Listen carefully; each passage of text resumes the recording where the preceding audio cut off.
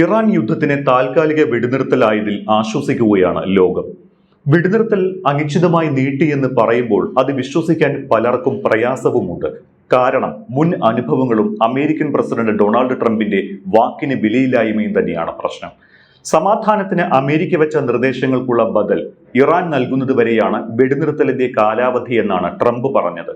അമേരിക്കയെയും ചർച്ചയ്ക്ക് മുൻകൈയെടുക്കുന്ന പാകിസ്ഥാനെയും വിശ്വാസമില്ലാത്ത ഇറാൻ ഒരു ബദലും നൽകുമെന്ന് കരുതാനാകില്ല. കൂടുതൽ കപ്പലുകളും വെടിക്കോപ്പുകളും എത്തിക്കാനുള്ള സമയം കണ്ടെത്തുകയാണ് ട്രംപ് എന്നും വെടിനിർത്തൽ നീട്ടിയത് ആ കപ്പലുകളെ ഉൾപ്പെടെ ഇറാൻ ആക്രമിക്കാതിരിക്കാനുമാണ് എന്ന് പല നയതന്ത്ര വിദഗ്ധരും കരുതുന്നുമുണ്ട്.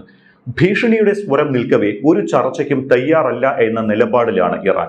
ഹോർമൂസിൽ നാവിക ഉപരോധം ഏർപ്പെടുത്തിയത് ഇറാനെ സാമ്പത്തികമായി തകർക്കാനാണ്.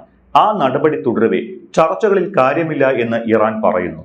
പരമാധികാരം അടിയറവ് വെക്കില്ല എന്ന് ഉറപ്പിച്ച ഒരു ഭരണകൂടത്തെ തോക്കിൻ മുനയിൽ കരാറിലെത്താൻ നിർബന്ധിക്കുകയാണ് അമേരിക്ക. ഈ കോലാഹലങ്ങൾക്കിടെ അമേരിക്കയുടെ കാലിനടിയിലെ മണ്ണ് ഒലിച്ചു പോകുന്നത് അവർ അറിയുന്നില്ല എന്നാണ് അന്താരാഷ്ട്ര വിദഗ്ധർ പറയുന്നത്. അമേരിക്ക അംഗീകരിക്കാൻ സാധ്യതയില്ല എങ്കിലും അവരുടെ കറൻസിയായ ഡോളറിന് ആഗോളതലത്തിൽ പ്രസക്തി കുറയുകയാണ്. അമേരിക്കയുടെ ഏറ്റവും ശക്തമായ സാമ്പത്തിക ആയുധം 5 വർഷത്തിനുള്ളിൽ കാലഹരണപ്പെട്ടേക്കാമെന്നാണ് വിലയിരുത്തൽ. US secretary of state Marco Rubio തന്നെ ഇക്കാര്യം വെളിവാക്കിയിട്ടുണ്ട്. ആദ്യം ഡോളർ എങ്ങനെ ആഗോള കറൻസിയായി മാറി എന്ന് നോക്കാം. ഡോളർ ലോകത്തിന്റെ ക്രയവിക്രയത്തിന്റെ കറൻസി ആയതിന് പിന്നിൽ പല സംഭവങ്ങളുണ്ട്. ഭാഗ്യമാണ് പ്രധാനമായും തുണച്ചത് എന്ന് സാമ്പത്തിക വിദഗ്ധർ പറയുന്നു. 1960കളുടെ മധ്യത്തിൽ അന്നത്തെ USSR അല്ലെങ്കിൽ ഇന്നത്തെ റഷ്യ അതിന്റെ സമ്പദ് വ്യവസ്ഥയെ ഉദാരവൽക്കരിച്ചില്ല. 1980കളുടെ മധ്യത്തിൽ ജപ്പാൻ അസ്ഥിരമായി. 2010കളിൽ ചൈന അതിന്റെ വിനിമയ നിരക്ക് ഉയർത്തിപ്പിടിച്ചില്ല. ഇതൊക്കെ ഡോളറിന് വളരാൻ വളമായി. അമേരിക്കൻ സാമ്പത്തിക ശാസ്ത്രജ്ഞൻ കെന്നത്ത് റോഗോഫ് അവർ ഡോളർ യുവർ പ്രോബ്ലം എന്ന പുസ്തകത്തിൽ അമേരിക്കൻ ഡോളറിനെ കുറിച്ച് വ്യക്തമായി പറയുന്നുണ്ട്. ഞങ്ങളുടെ ഡോളർ നിങ്ങളുടെ പ്രശ്നം എന്ന അർത്ഥം വരുന്ന ശീർഷകം അമേരിക്കൻ അഹങ്കാരത്തിന്റെ പ്രതീകമായിരുന്നു. ആ സംവിധാനം എങ്ങനെ പ്രവർത്തിക്കുന്നു എന്നത് പുസ്തകത്തിൽ വിശദീകരിക്കുന്നുണ്ട്. അമേരിക്ക അവരുടെ കറൻസിയായ ഡോളർ പുറത്തെടുക്കുന്നു. ലോകം അതിന്റെ അനന്തരഫലങ്ങൾ സ്വാംശീകരിക്കുന്നു. ഡോളറിന് ഇന്നത്തെ സ്ഥാനം ലഭിച്ചതിൽ പ്രധാനം സൗദി അറേബ്യയുമായുള്ള സാമ്പത്തിക ബന്ധമാണ്. 1974 അന്നത്തെ അമേരിക്കൻ പ്രസിഡന്റ് ഹെൻറി കിസിഞ്ചർ ആധുനിക ചരിത്രത്തിലെ ഏറ്റവും നിർണായകമായ സാമ്പത്തിക ഇടപാടുകളിൽ ഒന്നിൽ ഏർപ്പെട്ടു. സൗദി അറേബ്യ തങ്ങളുടെ എണ്ണയ്ക്ക് ഡോളറിൽ വില നിശ്ചയിക്കുകയും മിച്ചം US ട്രഷറികളിൽ സൂക്ഷിക്കുക അല്ലെങ്കിൽ പാർക്ക് ചെയ്യുകയും ചെയ്യും. അമേരിക്ക സുരക്ഷാ ഗ്യാരണ്ടി നൽകും. ഇതാണ് പെട്രോ ഡോളർ സമ്പ്രദായം. GCC രാജ്യങ്ങളും പിന്നാലെ അത് അംഗീകരിച്ചു. അമേരിക്കൻ മൾട്ടിനാഷണൽ ബാങ്കിംഗ് സ്ഥാപനമായ JP മോർഗൻ ചേസ് ആൻഡ് കമ്പനിയുടെ കണക്കുകൾ പ്രകാരം 2023 വരെ ആഗോള എണ്ണ ഇടപാടുകളുടെ ഏകദേശം 80% ഡോളറിലാണ് തീർപ്പാക്കിയിരുന്നത്. പെട്രോ ഡോളർ സമ്പ്രദായത്തിന്റെ ശക്തി അതിന്റെ ചലനാത്മകതയായിരുന്നു. എണ്ണ ഇറക്കുമതിക്കാർ ഡോളറിൽ പണം നൽകുന്നു. ആ ഡോളറുകൾ റിയാദിലേക്കും അബുദാബിയിലേക്കും എത്തുന്നു. അവിടെ നിന്ന് ഡോളർ അമേരിക്കൻ ഗവൺമെന്റിലേക്ക് തിരികെ എത്തുന്നു. ഈ സമ്പ്രദായം 50 വർഷത്തേക്ക് വാഷിംഗ്ടണിന്റെ കടമെടുക്കൽ ചെലവുകളെ സഹായിച്ചു. ഡോളറിനെ ലോകത്തിന്റെ കരുതൽ കറൻസിയായി ഉറപ്പിക്കുകയും ചെയ്തു. ഇതിനുപരി ഈ സമ്പ്രദായം വാഷിംഗ്ടണിന് അസാധാരണമായ ഒരു ആയുധം നൽകുകയും ചെയ്തു. ലോകമെമ്പാടുമുള്ള ബാങ്കുകളെ ബന്ധിപ്പിക്കുന്ന സന്ദേശമയക്കൽ അടിസ്ഥാന സൗകര്യമായ സ്വിഫ്റ്റ് നിയന്ത്രിക്കുന്നതിലൂടെ US-ന് ഒരു രാജ്യത്തെ അന്താരാഷ്ട്ര സമ്പദ് വ്യവസ്ഥയിൽ നിന്ന് ഒറ്റ രാത്രി കൊണ്ട് മരവിപ്പിക്കാൻ കഴിയും. 2012 മുതൽ ഇറാനും 2022 റഷ്യയും അത് നേരിടുന്നു. റഷ്യൻ ഉപരോധങ്ങൾ ഒരു വഴിത്തിരിവായിരുന്നു. പക്ഷേ വാഷിംഗ്ടൺ ഉദ്ദേശിച്ച തരത്തിലല്ലായിരുന്നു. റഷ്യൻ സെൻട്രൽ ബാങ്കിന്റെ ഏകദേശം $300 ബില്യൺ ആസ്തികൾ മരവിപ്പിച്ചു. ലോകത്തിന് മുന്നിൽ തെളിഞ്ഞത് പക്ഷേ ഡോളർ കരുതൽ ധനമല്ല എന്ന സന്ദേശമാണ്. ഡോളറിലൂടെ അമേരിക്ക ലോകരാജ്യങ്ങളെ ബന്ദികളാക്കും എന്ന് മനസ്സിലായി.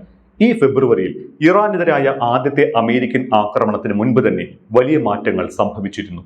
പാറകളിൽ നിന്ന് കുഴിച്ചെടുക്കുന്ന അമേരിക്കൻ എണ്ണയായ ഷെയിൽ അമേരിക്കയെ ഊർജ സ്വതന്ത്രരാക്കി. അതായത് സൗദി അറേബ്യ ഇപ്പോൾ 4 ഇരട്ടി എണ്ണ ചൈനയ്ക്ക് വിൽക്കുന്നു. അമേരിക്കൻ സുരക്ഷാ ഗ്യാരണ്ടിയായി നൽകുന്നതിനേക്കാൾ ഇരട്ടി തുക. മിഡിൽ ഈസ്റ്റിലെ ക്രൂഡിന്റെ 85% ഏഷ്യയിലേക്കാണ് ഒഴുകുന്നത്. 1974 കരാറിന്റെ അടിസ്ഥാന ആശയം അമേരിക്ക ഒഴിവാക്കാനാകാത്ത ഉപഭോക്താവാണ് എന്നതായിരുന്നു. ആ കരാർ കാലഹരണപ്പെടുന്നതാണ് ലോകം കണ്ടത്. കൂടുതൽ വ്യക്തമായി പറഞ്ഞാൽ people's bank of China, Hong Kong monetary authority, Thailand, UAE എന്നീ രാജ്യങ്ങളുടെ സെൻട്രൽ ബാങ്കുകളുമായി ചേർന്ന് വികസിപ്പിച്ചെടുത്ത ബ്ലോക്ക് ചെയിൻ അധിഷ്ഠിത പ്ലാറ്റ്ഫോം പ്രോജക്ട് എംബ്രിഡ്ജിൽ സൗദി അറേബ്യ ചേർന്നു. സ്വിഫ്റ്റ് അല്ലെങ്കിൽ ഡോളർ കറസ്പോണ്ടന്റ് ബാങ്കിങ്ങിനെ തൊടാതെ സെൻട്രൽ ബാങ്ക് ഡിജിറ്റൽ കറൻസികളിൽ സെറ്റിൽമെന്റ് നടത്താൻ ഇതുവഴി കഴിയുന്നു. അത്ര കാര്യക്ഷമമായില്ല എങ്കിലും ഡോളർ സംവിധാനത്തിന് പുറത്ത് ഇടപാടുകൾ നടത്തുന്നതിനുള്ള പദ്ധതി പ്രവർത്തനക്ഷമമായിട്ടുണ്ട്. ഡോളറിന്റെ പ്രാധാന്യം കുറച്ച മറ്റൊരു കാരണം ഇറാൻ യുദ്ധം തന്നെ. ഇറാനെതിരായ US-ഇസ്രായേൽ യുദ്ധം അമേരിക്കയ്ക്ക് ആഴ്ചയിൽ ഏകദേശം $12 ബില്യൺ ചെലവുണ്ടാക്കി. ഇത് ഒരേ സമയം രണ്ട് വശത്തു നിന്നും പെട്രോ ഡോളറിനെ തളർത്തി. ആദ്യം ഇറക്കുമതിയുടെ കാര്യം. എണ്ണ അടിസ്ഥാനമാക്കിയുള്ള ഡോളർ കുതിച്ചുചാട്ടത്തിൽ നിന്ന് അവരവരുടെ കറൻസികളെ സംരക്ഷിക്കാൻ തുർക്കി, ഇന്ത്യ, തായ്ലൻഡ്, മറ്റ് എണ്ണ ഇറക്കുമതി രാജ്യങ്ങളിലെ ബാങ്കുകൾ US ട്രഷറികൾ അഥവാ കടപ്പത്രങ്ങൾ വിറ്റഴിക്കുകയാണ്. ന്യൂയോർക്കിലെ ഫെഡറൽ റിസർവ് ബാങ്കിലെ നിക്ഷേപം ഏകദേശം $82 ബില്യൺ കുറഞ്ഞ് $2.7 ട്രില്യൺ 2012 ശേഷമുള്ള ഏറ്റവും താഴ്ന്ന നിലയാണ് ഇത്. 10 വർഷത്തെ ട്രഷറി ഈൽഡ് അഥവാ US ട്രഷറിയിൽ പണം നിക്ഷേപിച്ചവർക്ക് ലഭിക്കുന്ന പലിശ 3.9% നിന്ന് ആഴ്ചകൾക്കുള്ളിൽ 4.4% മുകളിലെത്തി. പലിശയായി നൽകേണ്ടി വരുന്നത് വലിയ തുകയാണ്. സുരക്ഷിതമായ നിക്ഷേപമായി US ട്രഷറിയെ മറ്റു രാജ്യങ്ങൾ കാണുന്നില്ല. അവരെ പിടിച്ചു നിർത്തണമെങ്കിൽ പലിശ നിരക്ക് ഇനിയും ഉയർത്തേണ്ടി വരും. ഇനി കയറ്റുമതിയുടെ കാര്യം നോക്കിയാലോ. കയറ്റുമതി രംഗത്തെ ഗൾഫ് ഉൽപാദകർ മാർച്ചിൽ 10 ദശലക്ഷം ബാരലിന്റെ പ്രതിദിന ഉൽപാദനമാണ് കുറച്ചത്. റാസ് ലഫാൻ പ്ലാന്റിന് നേരെയുണ്ടായ ആക്രമണത്തിന് ശേഷം ഖത്തർ LNG കയറ്റുമതിയിൽ ഫോഴ്സ് മേഷ പ്രഖ്യാപിച്ചു. പ്രകൃതി ദുരന്തങ്ങൾ പോലെ നിയന്ത്രണാതീതമായ കാരണങ്ങൾ കൊണ്ട് പ്രവൃത്തി നിർത്താനും നിലവിലുള്ള കോൺട്രാക്റ്റുകളിൽ നിന്ന് പിന്നാക്കം പോകാനും അനുവദിക്കുന്നതാണ് ഫോഴ്സ് മേഷ. ജനുവരി വരെ കുവൈറ്റ്, സൗദി അറേബ്യ, UAE എന്നിവ സംയുക്തമായി ഏകദേശം $300 ബില്യൺ ട്രഷറികളിൽ കൈവശം വെച്ചിട്ടുണ്ട്. ഇപ്പോൾ അവരുടെ വരുമാനം കുറയുന്നു. വ്യോമ പ്രതിരോധത്തിനായി വൻതോതിൽ ചിലവഴിക്കുന്നു. അമേരിക്കയുമായുള്ള നിക്ഷേപ പ്രതിബദ്ധതകളിൽ ഫോഴ്സ് മേഷ വ്യവസ്ഥകൾ ഏർപ്പെടുത്തുന്നതിന്റെ സാധ്യത പരിശോധിക്കുകയാണ് GCC രാജ്യങ്ങൾ. കയറ്റുമതി ചെയ്യാൻ എണ്ണയില്ല. 1996 ശേഷം ആദ്യമായി ആഗോള കേന്ദ്ര ബാങ്കുകൾ US ഗവൺമെന്റ് ബോണ്ടുകളേക്കാൾ കൂടുതൽ സ്വർണമാണ് കൈവശം വെക്കുന്നത്. ഈ ശൂന്യതയിലേക്കാണ് ഇറാൻ ഒരു ടോൾ ബൂത്ത് കൂടി ചേർത്തത്. ഹോർമുസ് കടലിടുക്ക് വഴി സഞ്ചരിക്കുന്ന കപ്പലുകൾക്ക് ചൈനീസ് യുവാനിലാണ് ടോൾ നൽകേണ്ടത്, ഡോളറിലല്ല. ഒരു കപ്പലിന് ഏകദേശം $2 മില്യൺ ഈടാക്കുന്നു യുവാനിൽ. ചൈനയുടെ വാണിജ്യ മന്ത്രാലയം ഒരു സോഷ്യൽ മീഡിയ പോസ്റ്റിൽ ഇത് പറയുന്നുണ്ട്. സിംബാബ്വേയിലെ ഇറാൻ എംബസി പെട്രോ യുവാൻ യുഗം വന്നതായി പ്രഖ്യാപിക്കുകയും ചെയ്തു. അടുത്തിടെ ഫോക്സ് ന്യൂസിൽ US state secretary Marco Rubio പറഞ്ഞത് ബ്രസീൽ ചൈനയുമായി ഒരു വ്യാപാര കരാറിൽ ഒപ്പിട്ടു. അവർ ഇനി മുതൽ സ്വന്തം കറൻസികളിൽ വ്യാപാരം നടത്തും, ഡോളറിലാകില്ല. അവർ ലോകത്ത് ഒരു ദ്വിതീയ സമ്പദ് വ്യവസ്ഥ സൃഷ്ടിക്കുകയാണ്. അമേരിക്കയിൽ നിന്ന് പൂർണ്ണമായും സ്വതന്ത്രമാണ് അത്.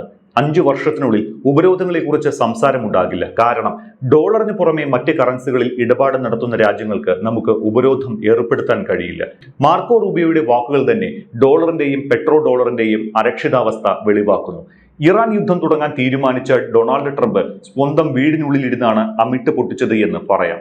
പൊട്ടിയ അമിട്ടിനെ പഴയ പോലെയാക്കാൻ പറ്റില്ല. വീട് വീണ്ടും പണിയാൻ പണവും ഇല്ല എന്ന അവസ്ഥയിലാകും ലോക പോലീസിന്.